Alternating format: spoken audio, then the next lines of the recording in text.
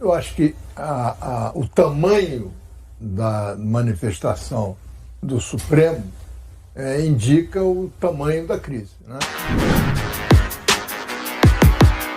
Olavo Edu Carvalho, melhor canal de cortes do YouTube. Faça o tal do triplo C. Curta, comenta e compartilhe. Você pode fazer essas 3 coisas que ajudam o algoritmo a aparecer. Mas eu não tô brincando não, pessoal. Dá uma paradinha agora de 1 segundo e clica no joinha. É importante que você faça isso. Porque se você não fizer, inclusive atrapalha o vídeo. Parece que o vídeo é menos relevante. Então... É uma piada de mau gosto. Uma piada de mau gosto. Bom, a Gazeta do Povo fez uma reportagem muito boa, né? Mensagens expõe cerco a Rodrigo Constantino com pedido de capricho em relatório porque o sujeito tinha uma cisma, né? Era obcecado por mim. E eu não sei nem o que eu fiz contra ele, a não ser apontar para os crimes que ele comete, falar a verdade. Mas se isso incomoda ele, o problema é dele. Vai reclamar com a mãe, vai chorar na cama, mas não enche o saco. É ou não é? Editorial da Gazeta. Perseguição política no STF pede resposta contundente. O jornal Centenário, do qual eu sou colunista há anos e anos, está certíssimo. A sociedade civil organizada e os formadores de opinião têm muito o que fazer, a começar por abrir os olhos, deixar de aceitar e de normalizar os supremos arbítrios e chamar a tudo e a todos pelo nome correto: abusos cometidos por liberticidas. Parabéns, Gazeta do Povo. Não é hora de dividir em esquerda e direita. Não é hora de falar bolsonarista e antibolsonarista. Eu volto a falar que eu fiz uma live hoje com Cláudio Dantas. Acabei de citar aqui Carlos Andreasa, e vem muito mais por aí. Cantanhede, vou citar Malu Gaspar. Citei o Estadão. Positivamente. Por quê? Porque é hora de unir todo mundo contra um alvo. Um alvo. Alexandre de Moraes. O símbolo maior desse regime nefasto, ditatorial e arbitrário. Ah, Rodrigo, óbvio que ele nunca agiu sozinho, ele nunca faria tudo o que fez sem respaldo, sem costas quentes. Não me interessa. Isso é argumento estúpido, isso é argumento de Guga. Oi, Guga, que diz: Israel matou o líder número 1 do Hamas, mas eles colocam outro. Prenderam Marcola, mas vai surgir alguém. Não vamos prender o Al Capone, então. Porque a máfia não necessariamente vai morrer com a prisão do Al Capone. Pelo amor de Deus, tenha santa paciência. Nós estamos lidando com isso. A esquerda está saindo da toca. A esquerda radical está saindo da toca. Olha o nível de esquizofrenia. Glenn, esses ataques são a prova de que você está no caminho certo. Todo o meu respeito. Quando ele divulgava a Vaza Jato. Glenn não vale um peido de palhaço. E olha que, como ele peida pela boca, ele entende disso. E digo mais, né? Além disso, ele mandou fechar a Folha de São Paulo. Esses são os democratas lulistas. É um teatro ruim, muito ruim. Está na hora de unir o Brasil sério contra essa gente. Sejam bem-vindos, tucanos democratas de fato.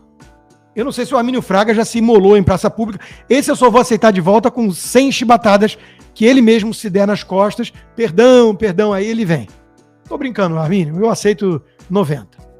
Mas é hora de unir todo mundo. Cadê Armínio Fraga, Helena Landau, João Moedo? Cadê essa turma toda cínica que ajudou a criar esse monstro, acordando e percebendo que o monstro cresceu demais? O Glenn virou bolsonarista. O bolsonarista Glenn. Xandão, eu autorizo. Diz o blogueiro petista. Esse sim, né? Blogueiro petista. Vamos lá, olha o Globo. O Globo acordou peronomútil. É um editorial meio mequetrefe, né? Mensagens de assessores de Moraes são embaraço para o STF. Embaraço é esse editorial. As mensagens do Alexandre de Moraes são crimes expostos em praça pública que deveriam constranger a todos. Eu já fiz analogia antes e volto a fazê-la.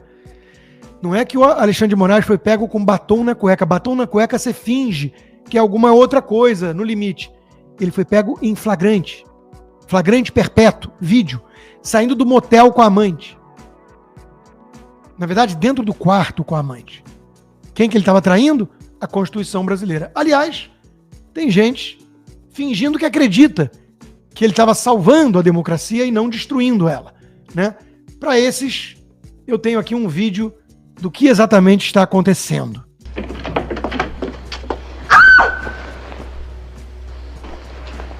Charlie! What? What are you doing? Where? There, with her! Who?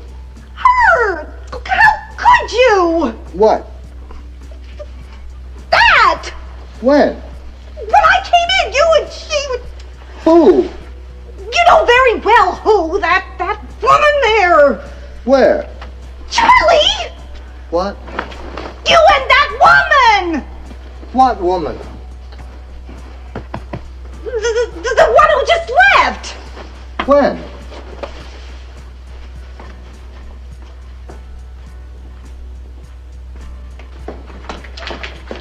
But Charlie, What? aren't you even ashamed of yourself? Why? Because of...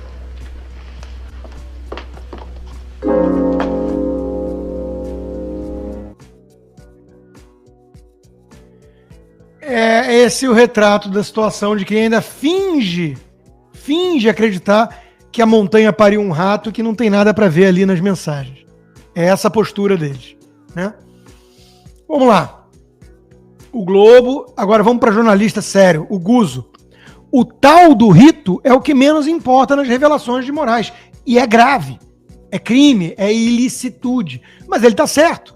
A Constituição é um caderno em branco em que os ministros vão escrevendo a cada dia a regra que lhes convém. Esse grau de arbítrio é que é o mais preocupante. É isso que vem ao caso. O Brasil, para atender aos interesses do governo Lula, dos magnatas corruptos que o apoiam e das organizações de esquerda, que vai do PT à CUT, do PSOL ao MST, sem falar de nações estrangeiras como China e a própria Venezuela, vive num regime sem lei. Sem lei. O STF faz a lei que quer. Inventa o crime que quer e se protege dos crimes que comete. Esse é o maior problema do Brasil hoje. O André Marsiglia foi na mesma linha, né? Percebam o que é estratégico. O STF, os seus defensores assumirem que houve violação de rito, dizendo que não tem grande relevância. Assume-se algo menor para desviar o foco, gaslighting, que é o direcionamento das investigações. Tem sido eficiente. Os jornais passam o dia debatendo ritos e formalidades, com advogados alinhados. É um jogo de narrativas, uma cortina de fumaça. É um jogo de narrativas, uma cortina de fumaça. Ele tá certo, gente. São crimes gravíssimos que o Alexandre foi pego ali cometendo. Até o Josias, o jornalista ameaçado, Moraes levou STF e TSE ao submundo policialesco. Tem muita gente acordando, né? Tardiamente para burro, mas tudo bem. Antes tarde do que nunca. E o silêncio desses dois aqui? Eu acho que foram escolhas muito ruins do Bolsonaro e aqui há um abismo entre o legado do Trump aqui nos Estados Unidos e o que fez o Bolsonaro. Podia ter escolhido nomes melhores. Dito isso, uma amiga minha da área de direito trouxe um bom ponto. A gente não reclama sempre desses ministros que se manifestam politicamente em demasia e que deveriam se manifestar só nos autos, nas suas decisões? Eles estão em silêncio, pelo menos eles não estão prestando solidariedade ao criminoso. Menos mal. Mas eu acho que ambos têm sido, mesmo dentro dessa limitação, terrivelmente covardes. Merval Pereira, na sua coluna, o poder corrompe, não é possível termos no país figuras poderosas que são inatingíveis, inatacáveis, inimputáveis. Não é possível. E ele está certo, claro. O que o Supremo fez agora foi uma defesa do tribunal. Eles se fecharam, está bem claro que não foi uma coisa de improviso, eles devem ter conversado antes ali, uma estratégia combinada. A última vez que eu vi o Supremo se defendendo assim foi, se eu não me engano, na decisão monocrática aprovada no Senado. Eles também abriram a sessão no finalzinho do ano passado, fazendo ali uma defesa e criticando a aprovação dessa decisão lá no Senado. Queria te ouvir, Mirval. Eu acho que o tamanho da manifestação do Supremo indica o tamanho da crise, né? Ontem o ministro Alexandre de Moraes já tinha dado uma nota explicando tudo do ponto de vista dele, e era uma coisa que se não houvesse margem para discussão, não haveria necessidade de uma manifestação tão enfática de tantos membros do Supremo. Acho que, no final, há um erro fático do ministro Alexandre de Moraes, e do presidente Barroso também, porque o que a Folha fez não foi uma notícia mentirosa. A Folha fez uma publicação de um fato e interpretou esse fato certamente com base em advogados. A Malu Gaspar também viralizou com uma explicação didática, sucinta, em 2 minutos, que até um Guga Chakra da vida, oi Guga, pode entender. E essa vaza-jato do Alexandre de Moraes, hein? O caso é grave mesmo ou é só espuma? Bom, gente, vamos por partes. O que a Folha mostrou é sério, sim. Os jornalistas tiveram acesso a mensagens mostrando que assistentes do Moraes no Supremo pediam por baixo dos panos pro pessoal de combate à desinformação do TSE relatórios sobre os bolsonaristas que o ministro queria punir. Eram dados públicos tirados das redes, mas a questão não é essa. O problema é que o ministro decidia primeiro que ele queria punir, encomendava os relatórios para essa equipe dele no TSE e depois incluía o material nos processos como se eles tivessem sido feitos por iniciativa do próprio TSE ou chegado por denúncia anônima. Quando as mensagens apareceram na Folha, o ministro e os colegas do Supremo disseram que estava tudo legal, porque o TSE tem poder de polícia, então o Alexandre no TSE também tinha poder de polícia. Se isso é verdade, por que disfarçar a origem dos relatórios? Os próprios assistentes do Moraes falam o contrário nas mensagens. O juiz Ayrton Vieira, que era o braço direito do Alexandre, diz o seguinte: formalmente, se alguém for questionar, vai ficar uma coisa muito descarada. Como que um juiz instrutor do Supremo manda para alguém lotado no TSE, e esse alguém, sem mais nem menos, obedece e manda um relatório, entendeu? Ficaria chato, é o que ele escreve nas mensagens. Em outro momento, o mesmo Vieira pede pro perito do TSE fazer um pente fino na revista Oeste e nas outras revistas golpistas para desmonetizar nas redes. Mas o cara responde que só encontrou publicações jornalísticas e que não estavam falando nada. Então o Vieira diz assim: use sua criatividade, quero nem saber. Aí você pode dizer, bom, mas era tudo feito para prender bolsonarista, para prender golpista, gente contra a democracia. Então tá valendo. Será mesmo? Você acha que um juiz com tamanho poder vai usar esse poder apenas pro bem? É por isso que se fala tanto em devido processo legal. É importante que a justiça seja feita de acordo com regras que valem para todo mundo. Você gostaria de saber que está sendo processado e julgado por alguém que usou a criatividade para produzir um documento contra você? Eu tenho uma fonte do Centrão que costuma brincar que a justiça no Brasil funciona assim: quando a ação é contra o meu inimigo, é Estado de Direito. Se é contra o meu amigo, é Estado policialesco. Tá na hora de a gente começar a pensar sério sobre isso, sem fla-flu ideológico. Vocês não acham, não? Sem fla-flu ideológico.